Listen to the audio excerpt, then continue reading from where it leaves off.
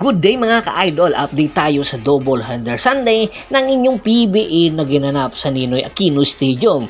Sa Game 1, naglaro ang Magnolia Pambansang Manok Timplados kontra sa Phoenix Fuel Master sa score na 107-93. Nanalo ang Magnolia Pambansang Manok Timplados sa pangunguna ni Mark Baroka na siya rin ang naging best player of the game na kumana ng 27 big points.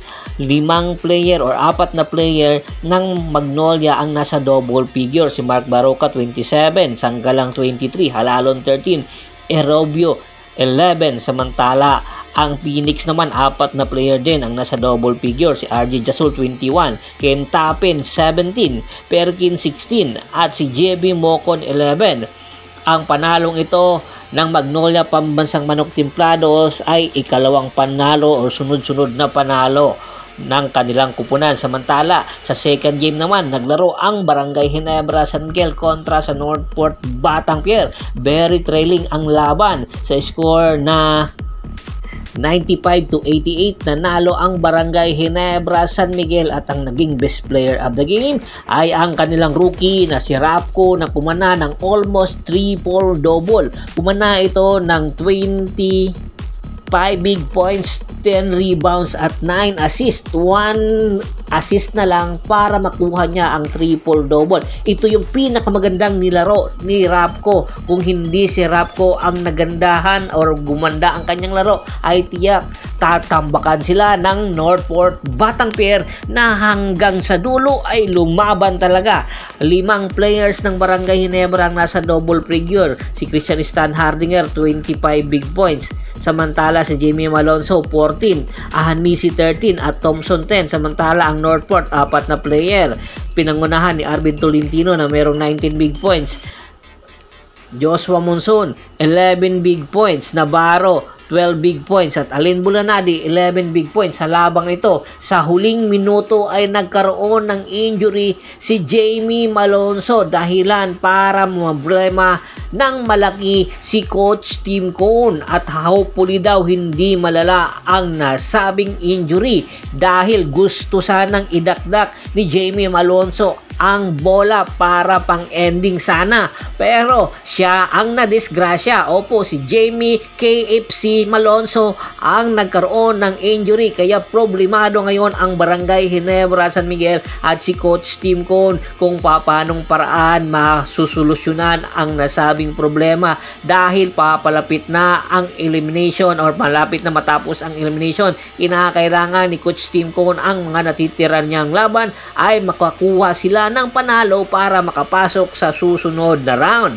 Kaya nga, malaking kawalan sa Barangay Ginebra ang pagkawala ni Jamie Malonzo. Ang pagkakaroon niya ng injury, hindi kakayanin na magtagal magpahinga si Jamie Malonzo dahil hinahabol ng Barangay Ginebra ang mga susunod nilang laban na makakuha sila ng panalo para nang sa ganon maganda-gandang pwesto ang kanilang mailulugmok dahil papalapit na nga ang huling mga laro ng elimination at kinakailangan ni Coach Tim Cone ang serbisyo na meron si Jamie Malonzo, pero kung hindi kakayanin ay meron daw silang emergency na pipindutin. Ito nga ang emergency trade na kung saan kinakailangan ng Barangay Ginebra kunin ang big man ng Northport Batangpier na si Will Navarro na matagal nang gustong kunin ni Coach Tim Cone. Tumatagal lang dahil nagkaroon din si Will Navarro ng injury. Kaya naman sa ipinakita ni Will Navarro kontra sa Barangay Ginebra ay masasabi na ni Coach Tim Cone na pwede na si Will Navarro kunin muli. At sa huling evaluation nga ni Coach Tim Cone ay malaki ang posibilidad na kakailanganin talaga nila ang serbisyo na meron si Will Navarro dahil hindi pa nila alam kung kailan makakabalik si Jamie Malonzo. Kaya naman problemado ngayon si Coach Bonitan dahil mababawasan na naman ang kanilang big man.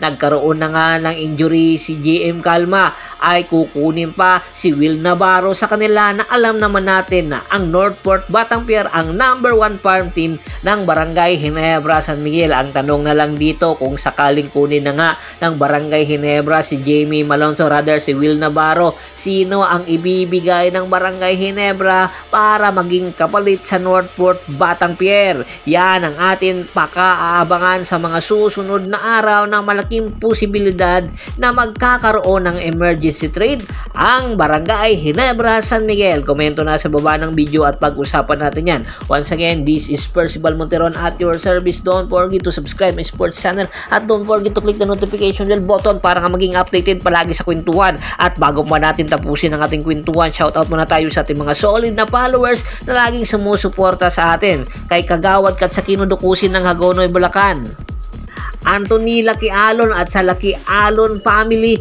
marami pong salamat sa walang sawa niyong pagsuporta. Ronald Bersabidad, John David Gulapa, at si Mr. Yornel Belges ng Cebu City, marami pong salamat sa walang sawa niyong pagsuporta. Pakibisita na rin po ng Facebook fanpage ko, pakilike, pakipollow, pakishare, ganun din po sa YouTube channel nito. Hanggang sa muling kwentuhan, maraming salamat po.